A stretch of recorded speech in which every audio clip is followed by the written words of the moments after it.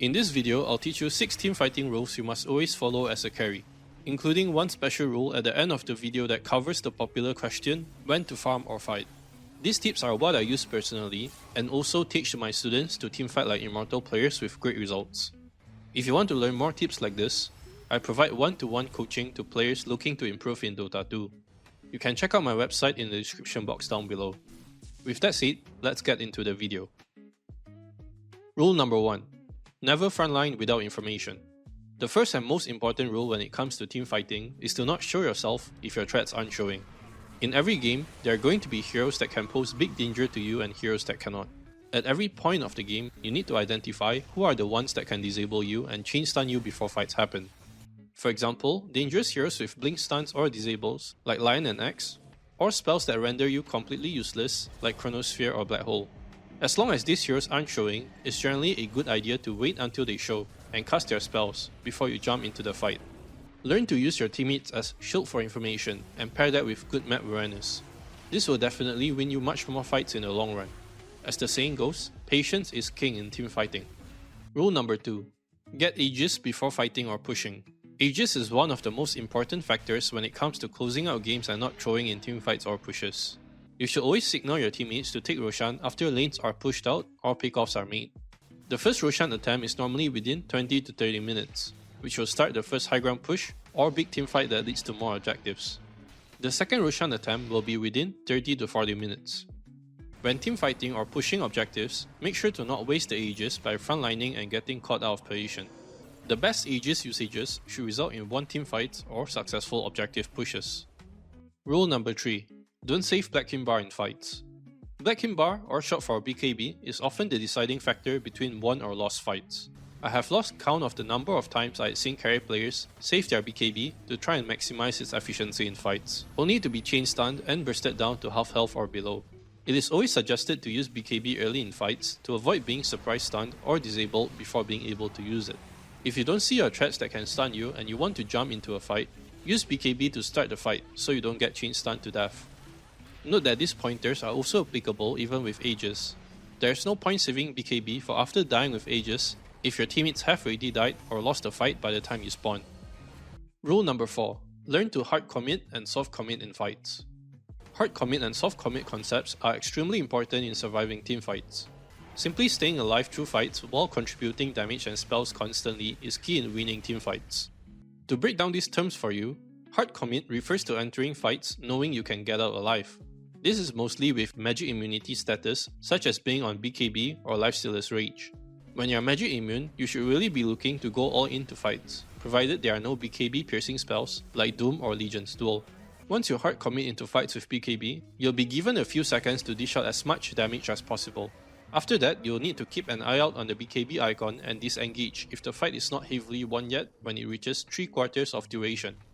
Overstaying past BKB's duration is often what gets many carries killed in fights, as they get chain stunned and bursted to death after it ends. This is where you'll move into the soft commit part. Soft commit refers to getting in and out of fights repeatedly while staying alive. I like to see it as floating outside of fights, almost like a dance.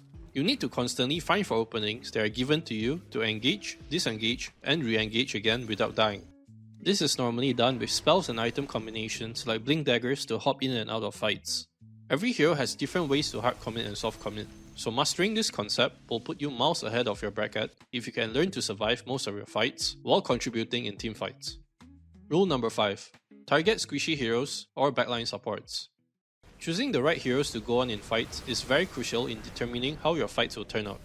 Majority of the time, you should be looking to target enemy supports as they often have disables, heals, or saves that will keep their cores alive. Taking them out early on in fights reduces the enemy team's ability to sustain their core, in turn helping you win the fights. Squishy heroes can also be your target as they are easy to burst down, for example agility cores with low health pool. How you decide to spend the first few seconds in teamfights is often the deciding factor of how fights will turn out. In fights, you're only provided a few seconds, normally less than 5 seconds, to hard commit into fights with your survivability factors, then having to disengage after that. Because of this, you must ensure that within those 5 seconds or so, you should have managed to eliminate 1 or 2 enemy heroes in the fight. There's no point attempting to engage your tanky core that's frontlining on the enemy side and wasting your Black King Bar on them, which will leave you completely vulnerable afterwards. Sometimes the enemy supports will also have bot survivability items like Go Scepter to keep them alive from being bursted down by you. To solve this problem, selecting the right items to buy according to the game situation is very important, which brings us to the next teamfighting rule. Rule number 6. Itemize to solve problems. The topic of itemization is pretty complex because every game is different and requires different item choices to solve different problems. For example, if the enemy lineup has many disables like stuns and hexes, then Black Kim Bar is an absolute necessity. If the enemy supports have defensive items like Use Scepter, Go Scepter, and Glimmer Cape, then you will need Nullifier to overcome these issues. However, most carries' core items will often be the same, and will only start differing when you go into the mid to late game phase. To give you a simpler idea of how item builds are generally decided, follow this itemization formula. Your first item should normally be a farming item, for example, Bear Fury, Maelstrom, and Mask of Madness. Your second item should be a survivability item. This is the item that enables your hero to come online and start playing nearer around your team. For example, Black Kimbar, Manta Stall, Hurricane Pike, and Saint Yasha. If your hero requires mobility items like Blink Dagger to fully utilize the hero's fighting style, then buying the Blink Dagger here is absolutely necessary to close the gap with enemy supports. Then build hybrid items, which are a combination of both damage and survivability factors. For example, Eye of Skadi and Satanic are both great items to get as third or fourth items to make you very tanky in fights. A general rule of thumb is to try to have at least 2000 health by 30 minutes before deciding to build pure damage items like Daedalus. Lastly, a special rule. Group together when teammates are pushing. Whenever your teammates are pushing forwards and outwards, make sure to farm towards them and be near them.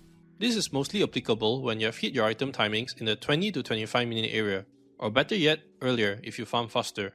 The most common mistake I see carry players make is that they have a tendency to always want to split push and farm jungle camps away from their teammates. Most of the time, when their teammates eventually take a fight, they will lose the fight because the carry player was slow to react to the fight.